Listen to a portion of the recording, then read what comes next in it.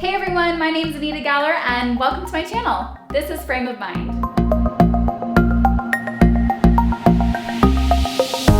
As someone who's worked as an on-camera host, presenting, interviewing, emceeing, I've wanted to create a place where I can have conversations with people from different backgrounds and from various industries.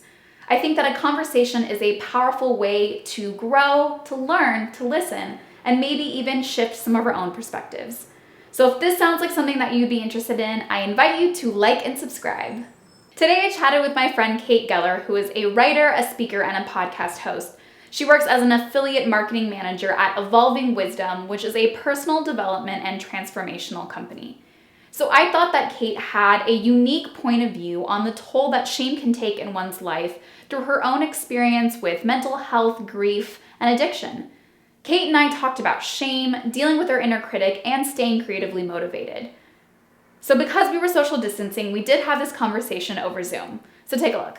Thank you so much for joining me, Kate. I'm so excited that we get to chat today. I'm so honored to be here. I told you, it means so much to me just that you thought of me, and it makes me feel so special. And it makes me feel like I'm actually doing something worthwhile, you know? You are. And just just for, people that don't know you, how did you kind of get into publicly speaking about your journey and your experience this last year? Yeah, so I have overcome a lot of trauma. I've overcome a lot of trauma related to grief, mental health, depression, addiction. And it was a really big point of shame for me because anyone who knew me before any of this I don't think, have ever foreseen that this would be where I ended up would be where I ended up. I was always incredibly studious, really high achieving. I always had a lot of friends. I kind of just never really had any huge problems. But what really gave me the courage to start speaking out about this past that I really kept private for many years was a job that I had working for a keto snack and supplement company called Kiss My Keto. And that's where we met, actually. Yeah, it's where we met. And so, I joined this company for a marketing position, with a marketing position. But what I found in the keto community was this incredibly accepting group of people who were just driven for constant self-improvement, right? And this keto community was so accepting that I felt finally safe to share my story. And not only that, it really helped that I had bosses and colleagues who were encouraging me to share my story as a way to market their products, kind of, my story went hand in hand with the fact that I was working for a keto company. So in this, journey of you being able to share your story, was it hard at first, or did you feel uncomfortable? How has that, how are those feelings kind of changed since you started talking about it more openly? Anita, it's still really scary. I posted something this morning, where I stay up front, I'm an alcoholic or in recovery, or every time I do it still, and I've only been doing this for 2 years, I have a moment of fear going into it. But what makes it worthwhile is the sense of relief that I feel after I share. So it gets better and better every time. I can't stress enough that the most impactful healing that I have had has come from being open-minded, being candid, being open to sharing, and just getting rid of all shame surrounding my past. Yes, you have a podcast that you are working on. So tell me a little bit about it. It's called Shame on Shame. And how did you get to this journey of making a podcast? What inspired you to start this? So I've always been a writer. I was a creative writing major at NYU. It's funny, my major in college was comedy writing. So I went to this small school at NYU where you got to design your own curriculum and create your own major. So I always thought I was going to be on SNL by now. Like that's what I imagined. I moved to New York. I was like, I'm Kristen Wiig. This is it. But unfortunately, you know, I haven't touched on this yet in this talk with you, but my boyfriend passed away when I was 22. We were in a relationship on and off for like 7-8 years. And that grief and not knowing how to deal with that grief at 22 led me to develop a really bad drinking problem. And it just turned into like a full-blown addiction. I would cycle between alcohol and Adderall. So I would use Adderall, which is like an ADD medication for anyone who doesn't know, but you probably do. I would use that to appear sober in the world, and then I would just get like really drunk it started off as a social thing, and then it ended up being like me drinking alone all the time. So anyways, those issues really took me off of my comedy writing path. Things became very unhumorous for a few years. And so, you know, when I ended up getting sober and coming out of it, I was kind of like a wiser version of the person who I was for my entire life, like a survivor version of who I was. And I like needed to do comedy again. I needed to write again. Like, a lot of what I went through embarrassed me, right? Like, and by embarrassment, I mean like it caused me a lot of shame. Embarrassment's different from shame. Yeah. But I was very ashamed of my past and the things I'd been through. And it held me back. And what I learned about shame is that shame is like a fungus. It's like, think of like mold in a building, right? If you don't treat mold, it starts seeping through the floorboards. It starts coming out of the vents. Like it just starts creeping through, and eventually you can't live in that house anymore. And that's what shame did to me. I was gaining weight I literally was diagnosed with abnormal weight gain. My relationships all fell apart. It was just like shame was seeping through every part of my life, my relationships, my work, my appearance, my self-esteem. So anyways, I was taking a nap like last summer. I was taking a nap. My ex-boyfriend was taking the bar exam, and I was just like so nervous and having all these thoughts. And I was lying in bed and I was thinking about what shame did to my life. And all of a sudden I like popped up out of bed, no joke. And I was like, you know what? Shame on shame, like not shame on you, like shame on shame. How did this do this to me? Like nobody should have to go through suffering through shame in silence. Like I know from speaking about my traumas that opening up about the things that cause you shame is what heals it. I find that when I talk to people about what I've been through without any self-consciousness around it, people open up back to me, right? It's like contagious. Yeah. So I thought, you know, I love bringing humor to things. I'm a storyteller, and sharing our sources of shame is contagious and empowering. So what if I created a show where people came on and talked about the things that they've never shared with anyone, the things that cause them shame, and we can showcase it in a comedic, positive, empowering light. And in doing this, because it's contagious, other people will feel inspired and safe to share the things that cause them suffering and shame.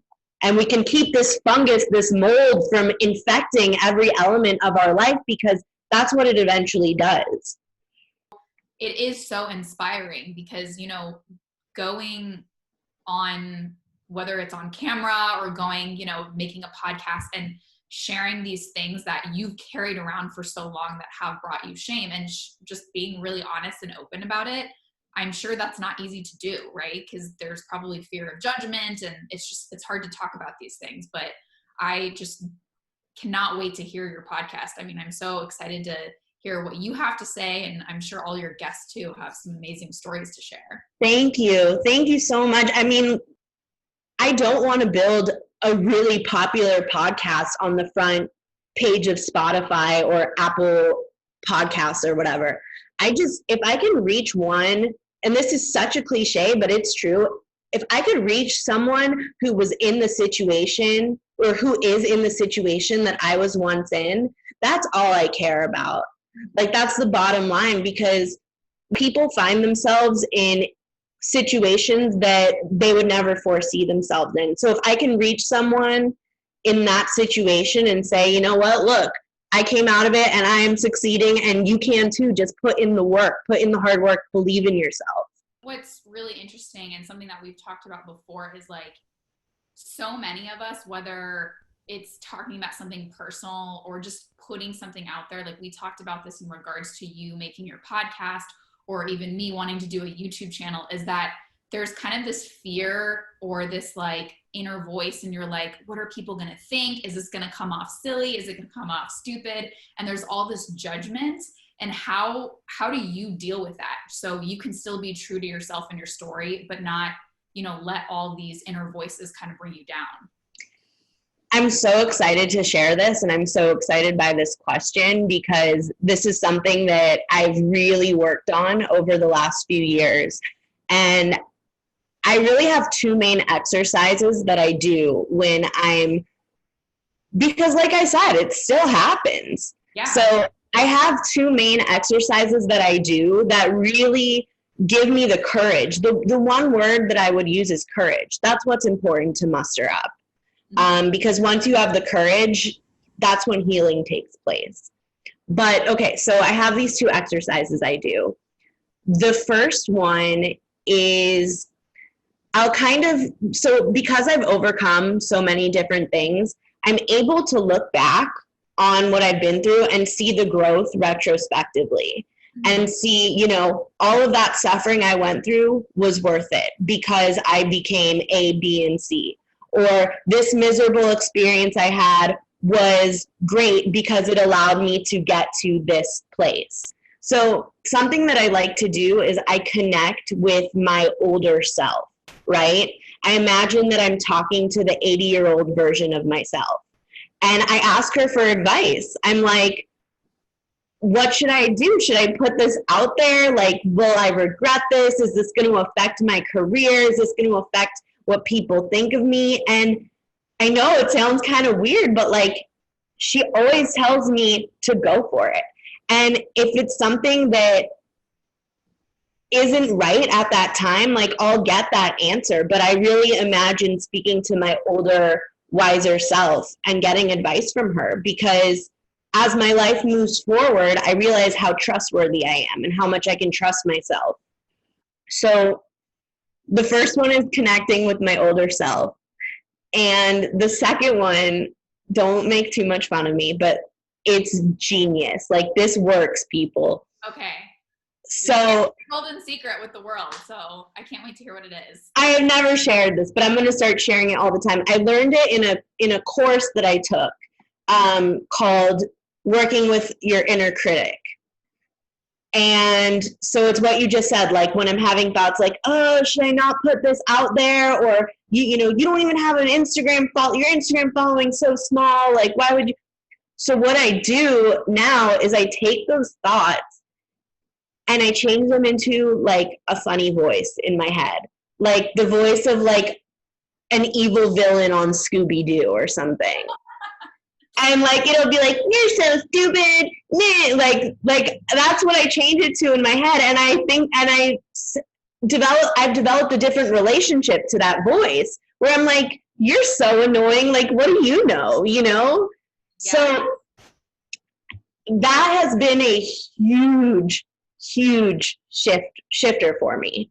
Like, I think going back to what you were just saying about that inner critic, all of us have this inner voice or inner critic that's commenting on whether it's the way we look or what we're doing, what are people going to think. And I think it is hard.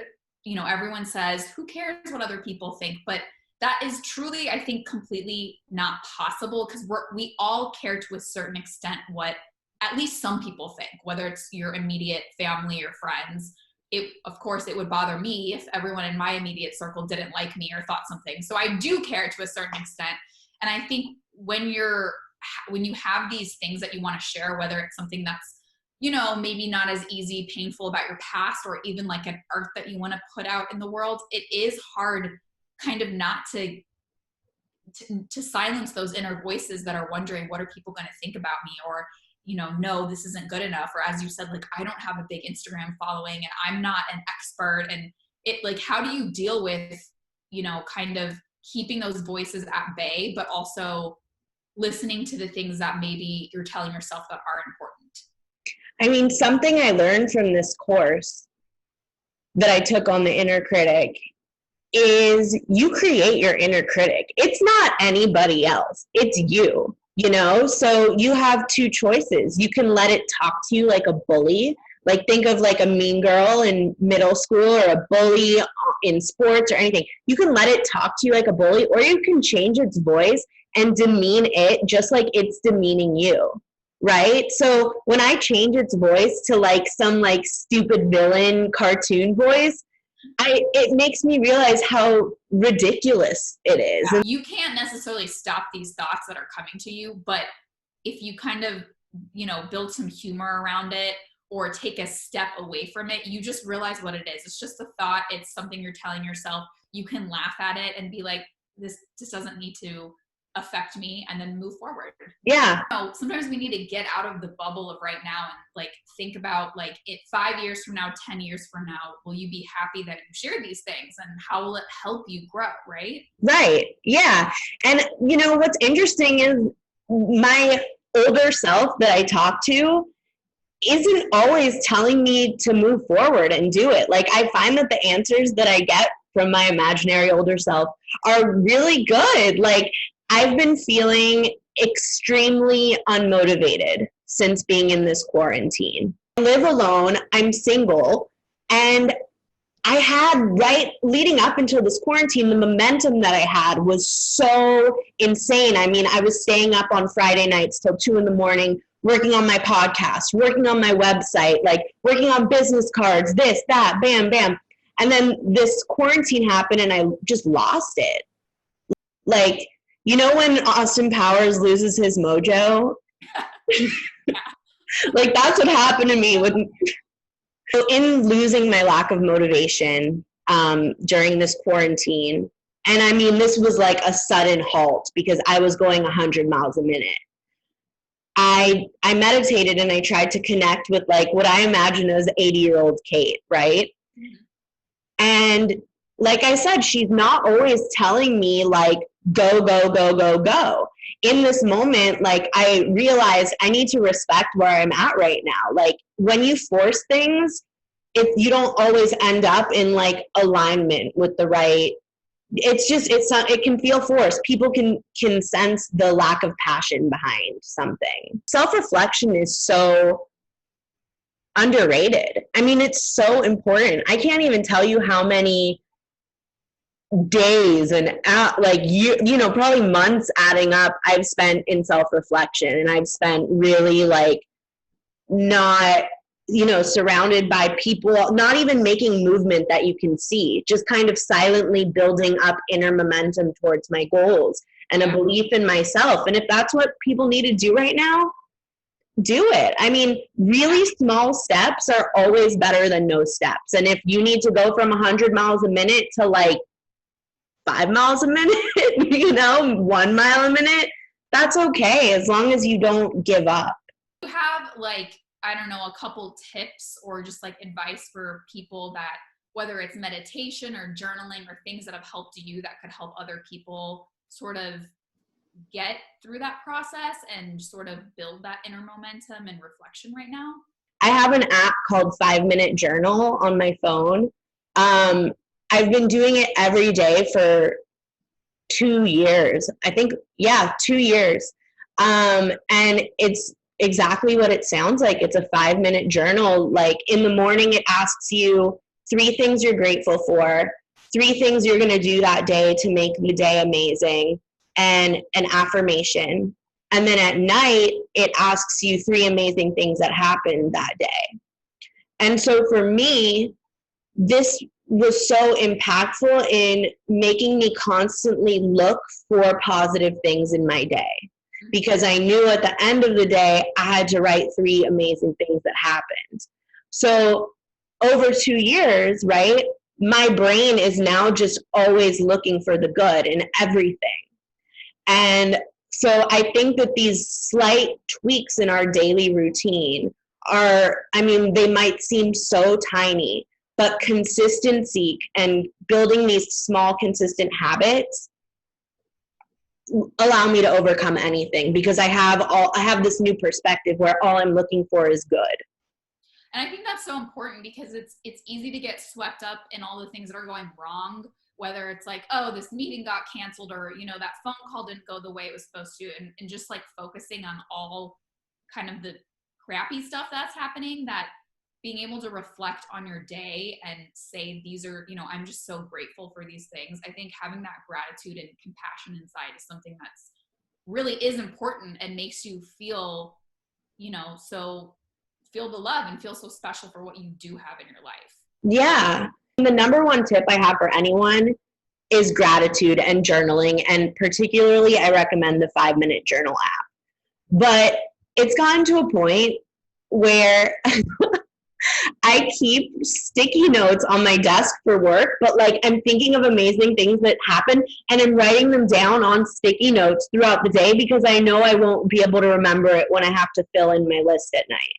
Yeah, but that's so great, and that's so important that you can be conscious of all those small little positive things, even if it's nothing that's that big, just having a small gratitude at the end of the day. And I think something that has worked for me, which kind of sounds like what you're doing, is setting smaller goals or intentions help, rather than like really big goals. Like you might have, because to me, I realized when I set these major goals, sometimes they don't get accomplished, or it just seems so overwhelming. So setting smaller goals, like whether it's making a list, or just starting your day with intentions, that seems less overwhelming. And I don't know if that works for you, but that definitely works for me. Go for sure. Like, I'm not even kidding. I bought a treadmill for Black Friday last year, and I started working from home. I got a new job, and I had this vision of myself like running, like maybe like high intensity interval workout between my work day. Like I just had this vision, like running every hour, just getting up and taking a break. Listen, I gained 60 pounds in 3 years, 4 years, 4 years. I wasn't going to go from like sedentary, like gaining so much weight so quickly, to like work from home runner extraordinaire girl. Right? It was unrealistic. And so I found myself failing day after day after day for months, and just kind of disappointed in myself. Like, why would I buy this treadmill if I can't even use it correctly? So I ended up getting a Fitbit, and I started just saying, you know what? I'm going to increase my steps this week by 5,000. I'm going to increase this week overall. And that's how I built a new habit of walking. Coming out of this, like now being on the other side, how do you look back and feel like at that moment when you were there, did you feel like, how am I going to face people? What are people going to think of me? Was that even on your radar? Or coming out of it now, is that something that you worry about? Like when sharing your story, will people judge you, when they meet you and you share these things? Like, is that something that still bothers you, or do you feel pretty comfortable kind of, owning up and not feeling shameful about these things that you did go through? The bottom line is I'm really proud of what I've been through. And sometimes I look at people and I'm like, well, what have you done for me? I've done more for myself than you've done for me. So what I think about myself matters than what you think about me. Are there any specific books or podcasts that you recommend that have really been helpful for you in this journey? Oh my God, yeah, I have a whole list on my phone, actually, like that I give people when they ask. But I would say if I could choose two books that really helped me when I was in the thick of the darkness, was the first is When Things Fall Apart by Pema Chodron. She's like a Tibetan Buddhist nun, but before she was like once a normal woman in American society, and then she kind of like found Tibetan Buddhism, and she's like everything. Any book by her is amazing. And then the book No Mud, No Lotus by Thich Nhat Hanh really helped me. It's just about basically like, if you know about the lotus flower, it is underground in like a disgusting thick of mud for so long before it blooms. Yeah. Those books are, I think, sound like really good resources and tools. And, I can share a link for people that would be interested in possibly getting those books. And there's just been so many amazing things that we've talked about and shared. And I'm really so thankful that you agreed to be my first guest and talk to me today. I'm so happy. Like, this went so much better than I could have imagined. And I'm so thankful you asked me. I'm telling you, you totally hit me out of left. This is my left side. Totally hit me out of left field when you asked me. I was not expecting that. Thank you so much for having me and reaching out to me and giving me another platform to share on. And I'm just very honored. No, thank you. I'm so happy that we got to have this chat, and I look forward to listening to your podcast and continuing to watch you on your journey. Thank you. Thank you guys so much for watching. If you're interested in keeping up with Kate and her podcast, Shame on Shame, I've linked her social media below, as well as some of the resources we talked about. I hope you guys found this conversation insightful, and I hope you come back for more. Don't forget to like and subscribe. See you next time.